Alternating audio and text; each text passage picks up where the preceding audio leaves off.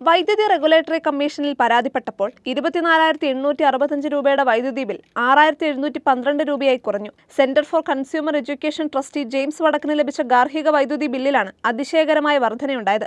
ശരാശരി 4,000 രൂപയുടെ ബില്ല് ലഭിച്ചിരുന്ന സ്ഥാനത്താണ് ഏപ്രിൽ മെയ് മാസങ്ങളിലെ ഉപയോഗത്തിന് 24,865 രൂപയുടെ ബില്ല് ലഭിച്ചത്. ബില്ല് കിട്ടിയ ഉടനെ 24,865 രൂപയുടെ വിഭജനം എങ്ങനെയാണെന്ന് അറിയണമെന്ന് കാട്ടി വൈദ്യുതി റെഗുലേറ്ററി കമ്മീഷനിൽ പരാതി നൽകി. കിട്ടിയ മറുപടിയിൽ വിശദീകരണം ഇങ്ങനെയാണ്: പ്രതിമാസം 250 യൂണിറ്റിൽ കൂടുതൽ ഉപയോഗിക്കുന്നവർക്ക് TOD മീറ്ററിംഗിൽ 3 തരം നിരക്കുകളുണ്ട്. രാവിലെ 6 മുതൽ വൈകുന്നേരം 6 വരെ സാധാരണ നിരക്കിന്റെ 90%, വൈകുന്നേരം 6 മുതൽ രാത്രി 10 വരെ സാധാരണ നിരക്കിന്റെ 125%, രാത്രി 10 മുതൽ രാവിലെ 6 വരെ സാധാരണ നിരക്ക്. ആനുവൽ കോഷൻ ഡിപ്പോസിറ്റ് എന്ന ACD 2 മാസത്തിലൊരിക്കൽ ബില്ല് ലഭിക്കുന്നവരുടെ 3 മാസത്തെ ശരാശരി ഉപയോഗ വൈദ്യുതി നിരക്കിന് സമാനമായ തുക. ഈ തുകയിൽ നിന്ന് നേരത്തെ ഡിപ്പോസിറ്റായി വൈദ്യുതി ബോർഡിന് നൽകിയ തുക കുറച്ച് ബാക്കി തുക അടച്ചാൽ മതി. ജെയിംസ് വടക്കന്റെ പരാതിയുടെ അടിസ്ഥാനത്തിൽ 2 മാസത്തെ വൈദ്യുതി നിരക്ക് 4,987 രൂപയും ഡെപ്പോസിറ്റ് തുക 1,725 രൂപയും കൂട്ടി 6,712 രൂപ മാത്രമാണ് അടയ്ക്കേണ്ടി വന്നത്.